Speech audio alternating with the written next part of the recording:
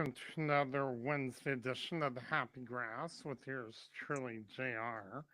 Why do we call it Happy Grass? Why? Because we're always so happy. And let me tell you who we heard that set. We started off the set with Curtis and Kim Jones with Matthew Monday, a tune called Chestnuts Roasting on an Open Fire. That's off their single right there. And Curtis and Kim Jones are from the Blairsville, Georgia area up there, up in the mountains. And then we heard the Bare Naked Ladies, a tune called Green Christmas. That's off their best of album. And then we heard the singing cowboy himself, Mr. Gene Autry, a tune called Rudolph the Red-Nosed Reindeer, off of the, yep, you guessed it, Rudolph the Red-Nosed Reindeer, another great Christmas tunes. Well, the time is now 15 minutes past the hour of 8 p.m., 8:15. Let me tell you what's happening this evening. In just a second, we're going to be speaking to Kelly Barbieri.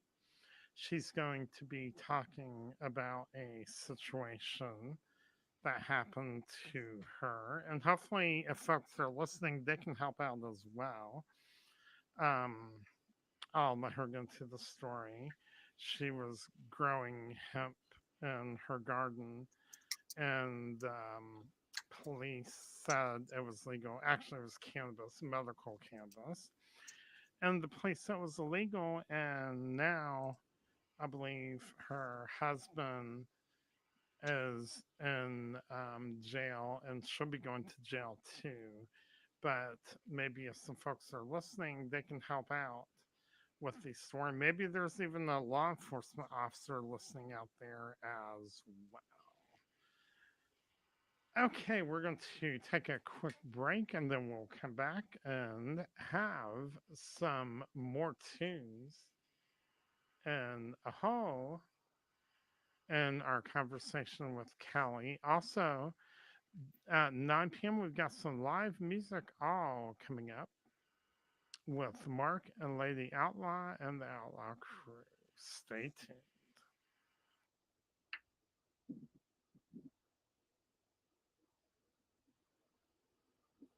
Hey, Boo Boo. Did you know it's the end of the year? Yeah. And it's the end of the year, and your non commercial radio station for progressive information is asking for your financial support to keep our not for profit, mission based community broadcast on air so we can continue to proudly offer 24/7, 365 a year of nonstop progressive news, views, and information with an eclectic variety of hand-picked quality music. Please make your tax-deductible donation today by going to our secure online pay portal on our website, WRFG.org. We thank you for all your continued support and commitment to independent, non commercial media, WFG 89.3 FM. And we hope that everyone has a happy new year and a very Merry Christmas. Right, Shawnee? Yeah. Happy New Year. Merry Christmas.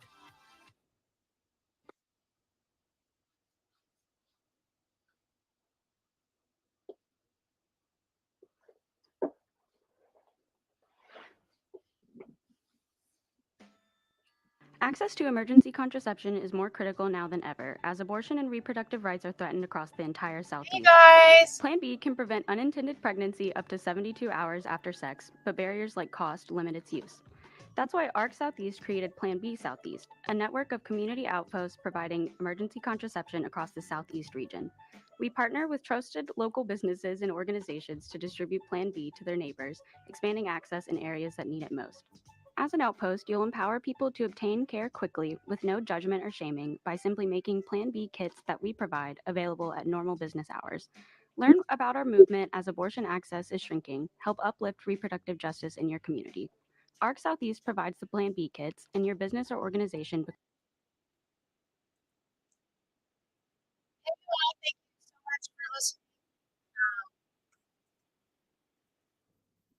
I just wanted to say thank you for coming here. The interview is going to start shortly, and thanks for being here.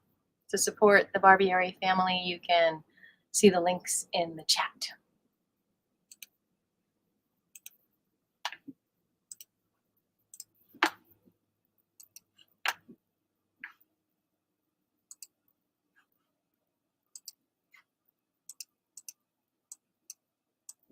Oops. We are back, and we're going to be bringing in Kelly Barbieri in just a second. All right, I need. And I believe we have her on the phone now. Kelly, are you with us? Hey, JR, I'm here. Okay, thanks for joining us this evening on WRFG. Well, thank you for having me. No problem. And first of all, Kelly, if you can tell our listeners a little bit about yourself, where you're from, where you grew up, all that good stuff. Well, I am an Atlanta native. I grew up, started off in College Park, and then my parents moved up to Cobb County in the mid-'70s, and I stayed there until I moved back into the city. I actually volunteered at WRFG with Miller Francis on Revolution Rock back in like 88, 89. So I've never left Georgia other than when I lived in Mexico one summer as a student. So, and, you know, traveling across the United States. But anyway, so I'm a Georgia native, and I used to be a teacher. I quit in the mid-2000s to take care of my own family. And since then, I just kind of got involved with local farms and worked at a local farm store in Cartersville. I live in Cartersville now. Oh, okay. And Okay. so that's kind of what I've done, and homeschooled my youngest son, and just tried to we try to live our own life as not off the grid, but we like to provide as much as we can for ourselves, including our own food and things like that. So that's kind of how we are. And I wanted to say, too, my husband is not in jail right now. We both are supposed to report on January 5th. So he is free right now with me. So. Okay, that's a good thing. Sorry, I jumped again there a little bit. That's okay. There's a lot of details. Definitely. So tell us the story. So what happened? Well, back in March of 2018, it was March 29th, I was just doing my normal household stuff. Like I said, we homeschooled, and so there was always a lot of activities going on in the house. That was spring was just setting in, so we had a lot of gardening stuff going on, and we have a lot of animals here, dogs and chickens and cats. So there's just a lot of activity. And one of my dogs was at the vet that day having some surgery done, and I was in the bathroom, not even, I don't think even 20 feet away from the front door, and heard just a big commotion at my front door. And I was like, what is going on out there? Came out of the bathroom to a bunch of armed men pointing guns at me, telling me to get down on the ground. And the first thing I did was ask them not to shoot my dogs or my son because he was upstairs working on some school stuff. Okay. And they said, we have a warrant for your arrest. And I had no idea what was going on. I was just completely flabbergasted. They said they knocked. They did not knock. They busted in my door. So no knock entry, and proceeded to essentially, in my eyes, destroy my house. That is crazy. Wreaked havoc here. Yeah, it was absolutely crazy. And so they discovered that we were growing our own cannabis, and proceeded to arrest my husband without a warrant on his way home from work. And just basically took their time doing whatever they wanted to our house, you know, and in the meantime, they're telling me, oh, this is really good stuff. Have y'all ever thought about moving to Colorado and doing this legally, you know, and everything? It just like it was a joke to them or something, you know, and it was just absolutely disgusting. So we ended up doing 13 days in jail then, because it was around the Easter holiday. So it took a while for everything to get through to Superior Court. And in the meantime, my dogs were impounded. and my Oh my youngest son was goodness. taken to DFACS and my. thrown into that system. So we went from homeschooling and being together all the time to being completely separated. So that was extremely traumatic for him and me too, but even more so for him. My oldest son was able to get the dogs out of the pound and brought them back home, and he came back here and took care of the house and everything for us. And a good friend of ours ended up taking in our son and let him stay there until we were able to get him back. And we got him back very quickly. The juvenile court said they had never seen anybody get their children back so quickly in a situation like this. And I didn't say this, but I felt like saying, well, we never had a problem until y'all came knocking at the door. You know, there was never any issues at all. So we went through a couple of different attorneys, and we weren't pleased with them at all. We wanted to go to trial, and because we felt that we could get a sympathetic jury. So finally, about 5 years ago, we met with Catherine Bernard, and she was recommended to us by a cannabis activist. And she said, yes, you know, I'll take this case on. And so long story short, it took up until August of this year to get to trial. You are There were a lot. kidding. Wow. No, it was, well, I got very ill in 2019. I basically, the PTSD that I suffered from manifested itself in the form of physical illness, and I got really sick and had to have major surgery. I had a full hysterectomy, and then had a really bad GI complication, and all of it was from what we went through in 2018. And so that delayed everything. And then right when I was getting better from that, the COVID, all that hit. And so the courts were shut down. And so that bought us a little more time, I guess, so to speak. And then we just, you know, there were conflicts and other things like that. So we didn't even get to go to trial until August. And, you know, everybody kept telling us, oh, the longer it goes, the better it'll be for you. And they're going to start throwing sweet plea deals at you and everything. And they never did. The original plea deal they offered us in December of 2018 was that they would drop the trafficking charge, because we were ultimately charged with manufacturing, selling, and trafficking marijuana. I don't use the word marijuana, but that's what they call it. So that's what they charged us with. And the plea deal that offered was they would drop the trafficking charge and we would be sentenced to 10 years and serve 3.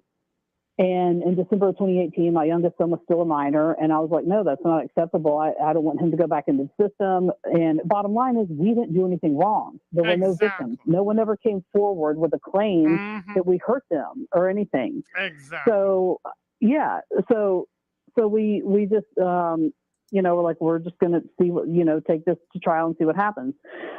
So they never came back with another plea deal offer. And they finally, apparently the governor earlier this year put out some kind of mandate for all the district attorneys to really prosecute all the cannabis cases to their fullest. And I guess we got caught up in that. And so in August, even though they had a backlog of cases and other incarcerated cases and everything else, they put us first. And the trial took 7 days. The cops lied on the stand, got caught in their lies, and then admitted that they lie as part of their strategy to get information from people like us, and explained the lead cop. He got up on the stand and explained the whole racketeering game that they have going up here with how they do these controlled buys and all this kind of stuff. And it was just absolutely disgusting, the whole thing. And then they get rewarded for their behavior by the jury finding us guilty. So the judge did not give the jury written instructions, and they were told about jury nullification, but they didn't fully understand it. And so this is the first time that our attorney had jury nullification written into the jury charges, and there was no nullification of the law. And so it was definitely a shock to everybody. And the thing is that the last day of jury deliberation, right before we went to lunch that day, they came back and they asked if the state had tested the THC levels of the cannabis, and they didn't. They tested it for the presence of THC, but not for the levels. So they never proved that what they accused us of having was actually what we had. That could have, they don't know what it was. They just, okay, yeah, there's THC there, but they never tested the levels. So they did not carry the burden of proof. And the jury questioned this before we went to lunch that day.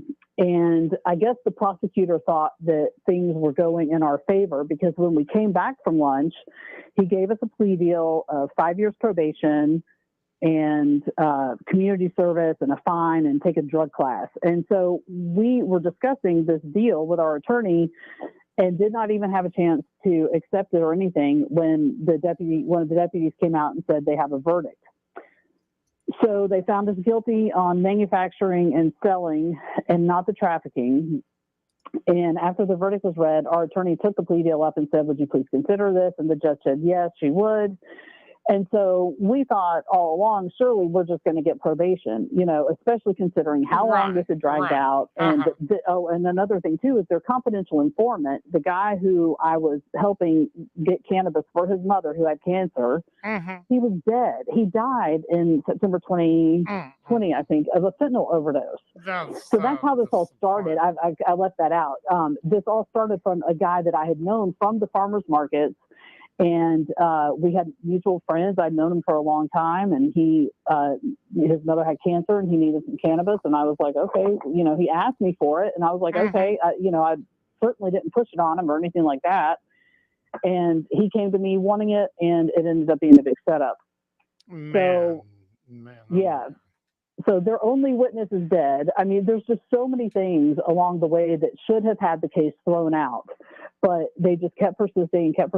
And then finally, when it was all said and done, during the sentencing hearing, it was last Monday, they sentenced us to basically the same plea deal that they offered us 5 years ago. So all that time and energy and everything for the same thing that they offered us 5 years ago. It was just unbelievable. And the judge even said she had never received so many letters written on behalf of defendants and all this kind of stuff. And she's like, but nice people end up in court and blah, blah, blah. And then goes on to compare us to a Chick-fil-A employee who had gotten convicted of vehicular homicide. And I'm like, this is not a valid comparison at all.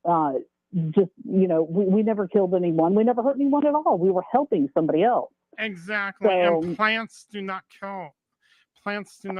They're not a weapon. Oh my goodness. No, exactly. And I mean, and it's a plant that was put here for us to use. Your body has an endocannabinoid system in it.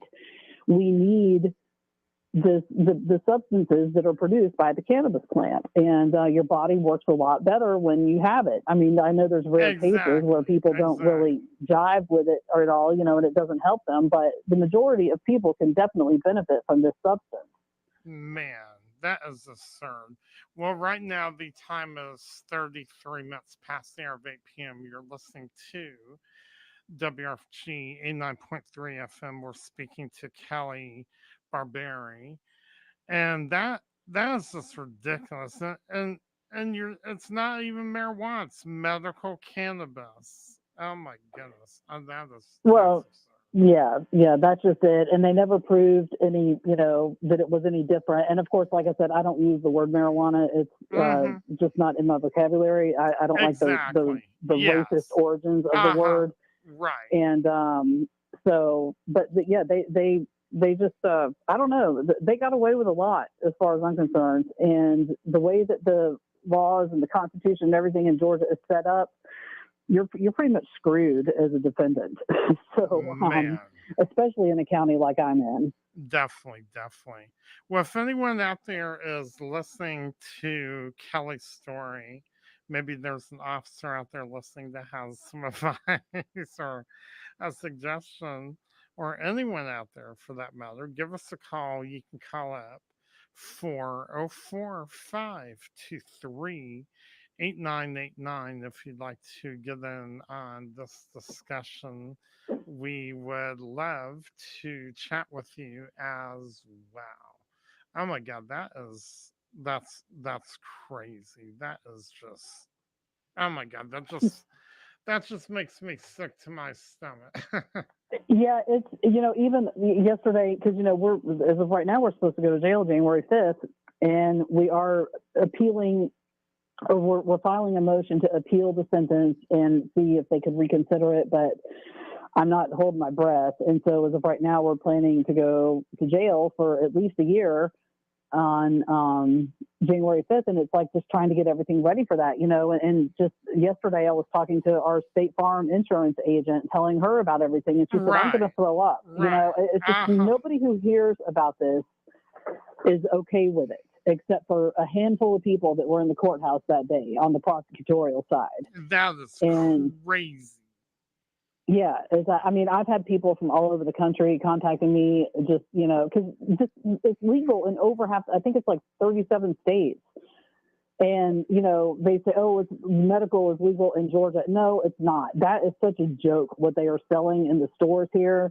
And it's so low level that it really probably isn't even going to make a difference for many people. And then from what I understand, they're adding other things into it that are detrimental to your health. So it's just, it's not, and the bottom line is that it shouldn't even be something that has laws of any kind applied to it. It should be something that you can use if you want it or not use if you don't want it. It's just the underlying principle of you have the authority over your body and nobody else does.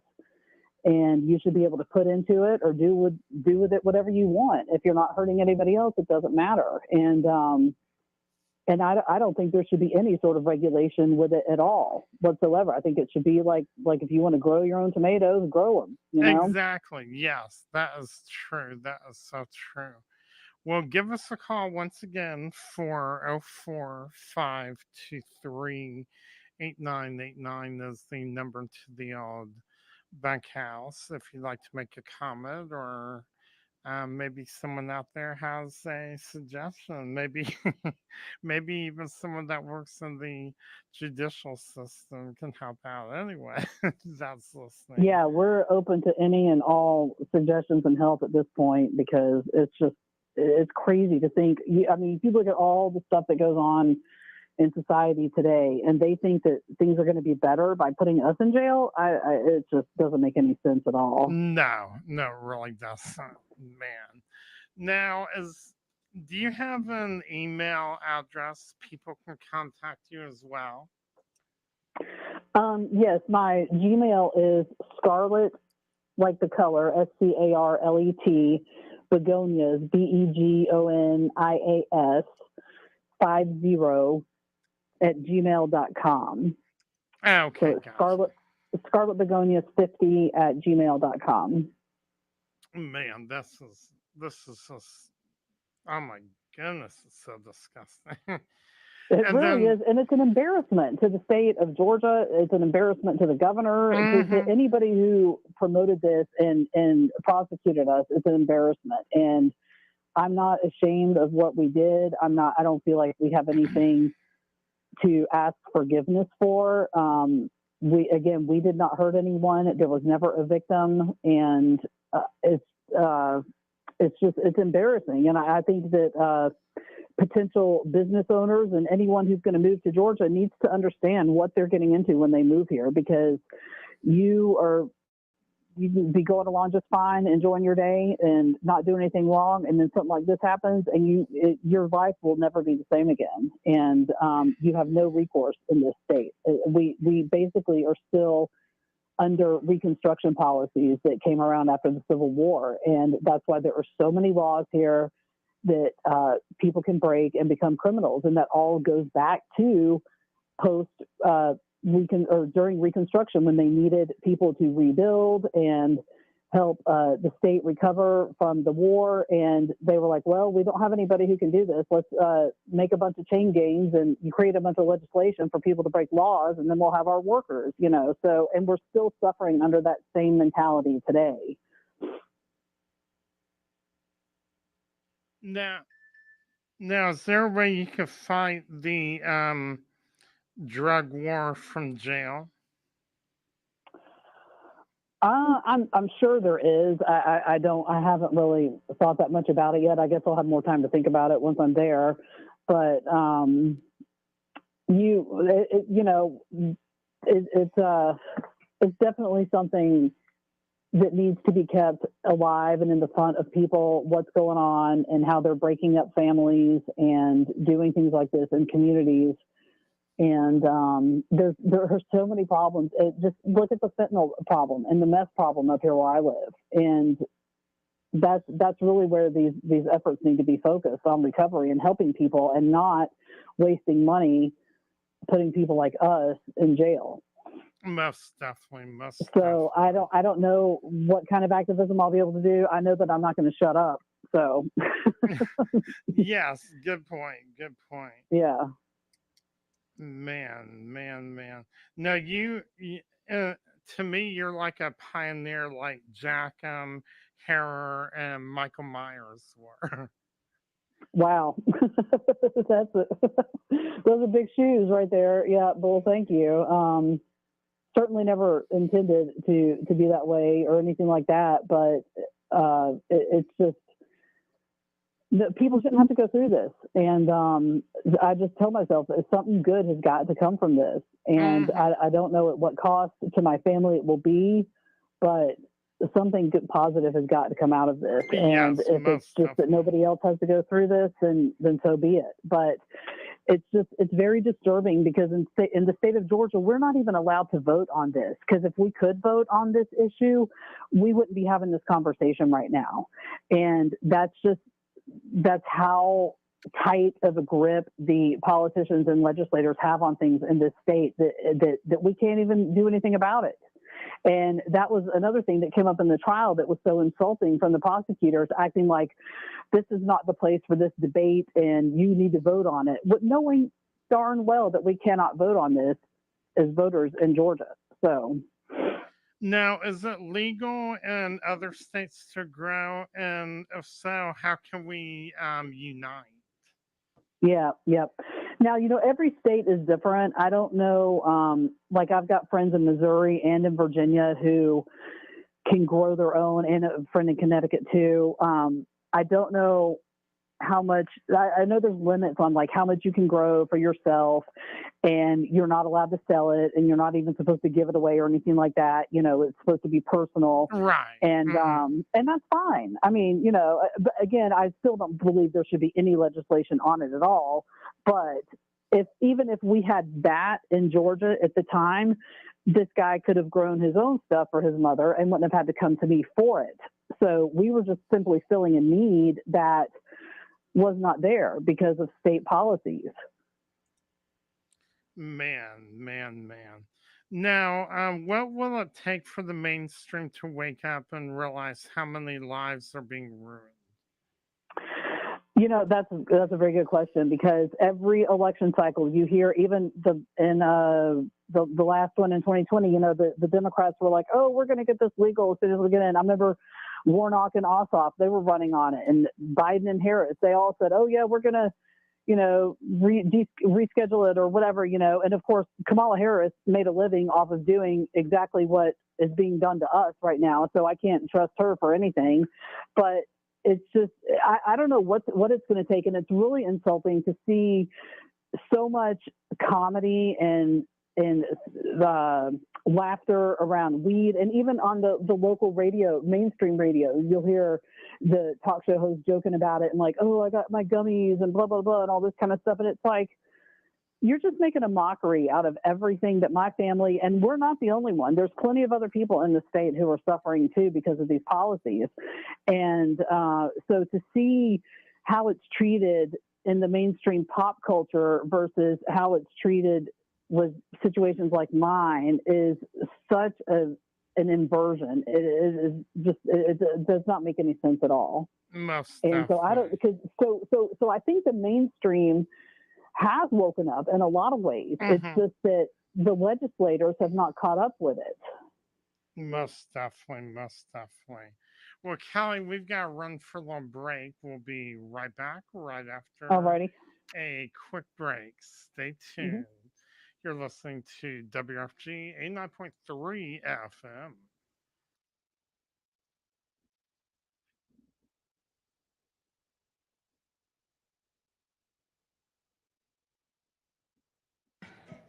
You are invited to join us for Community Sessions, an intimate songwriter in the round event featuring Atlanta performers Heather Luttrell, Kodak Harrison, and Van Marketon. Heather Luttrell has been peddling whiskey-soaked traveling show of blues and Americana music up and down the East Coast. I wrote this for all you drinking ladies out there. We got drinking ladies, but you know wild women don't get the blues, we just get drunk.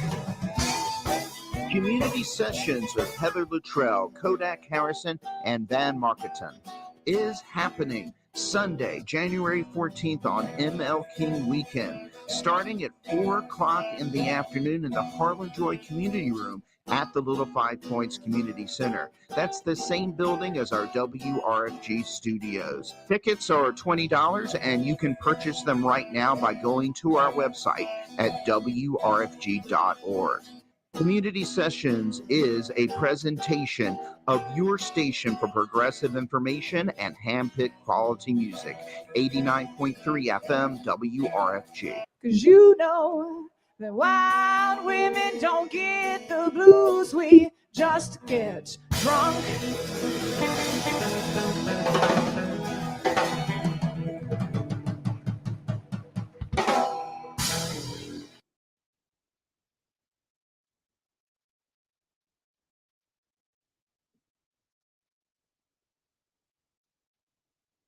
Hi, is this Jasmine? Shh, baby, mommy's on the phone. Hello, yes, it's Jasmine. I was just returning your message and wondering if now was a good time to talk. How can I help you? Yes, actually. So I'm trying to get an abortion, but it just costs so much, and I don't know what the laws are and if I'm even allowed to get one because it's so confusing.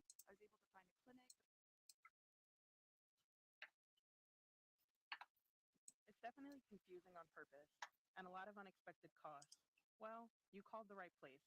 Arc Southeast. And is you a reproductive guys, justice thanks for organization that watching. serves 6 states Appreciate you across being the here. country. If you We're have based any in questions Georgia, for Kelly, and we'd love please to put them in the help. comments Oh and my I goodness, that will would be do my amazing. best to get them to Just her, look for even the though I admin think we're at the info. very end of Give the some interview. contact They info definitely have someone and ask any coming questions. on And at then 9, we but can to the funding. you can Thank you. obviously ask questions Thank you and they so can be much. answered Stay after the tuned. fact too. A majority of the people we help So already have children and feel need free to help do with how that. to navigate abortion bans. And For more information, the website is yeah, arc-southeast.org. you know, what do you think we need to do to free this plant?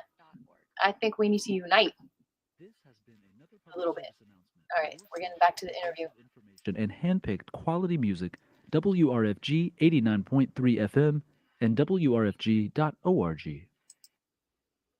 Okay, once again, we've been speaking to Kelly Barbieri, and the time is 8:47, and we got the band getting ready to file in at 9 p.m. And Kelly, before we leave, let us know how how do you think this the loss could change without this falling under the cracks again?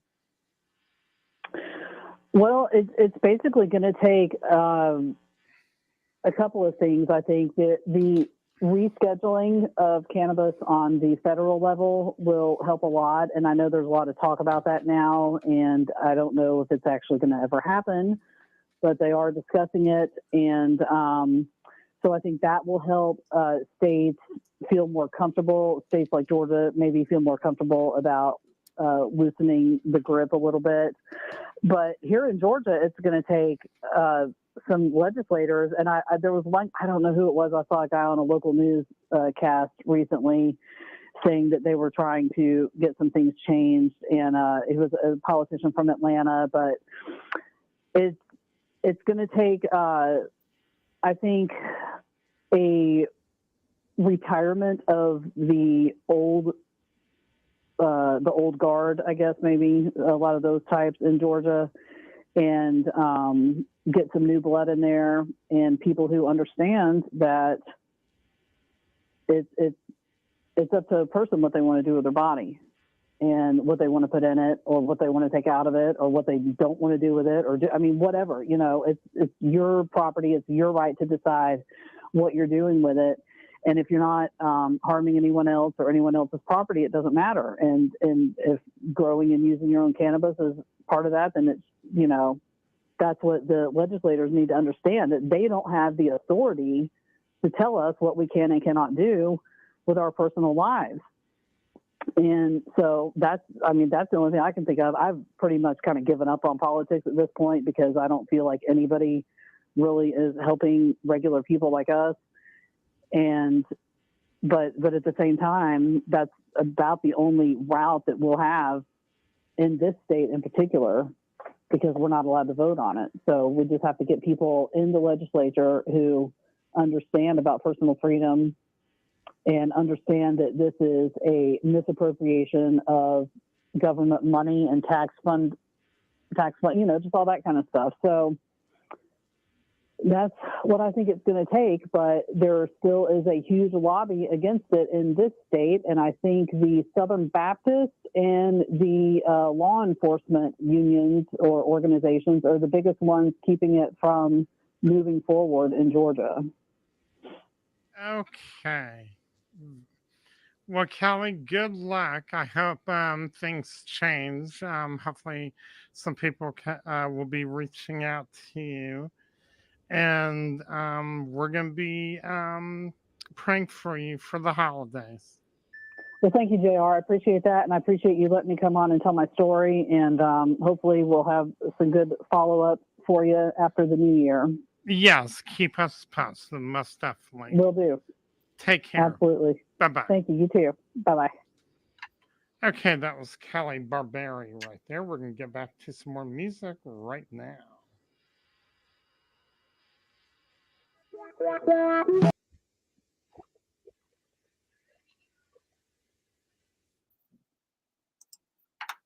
That is it. Thank you so much for listening and praying and being part of this drug war resistance. And please support however you can. And we'll see you in the next one.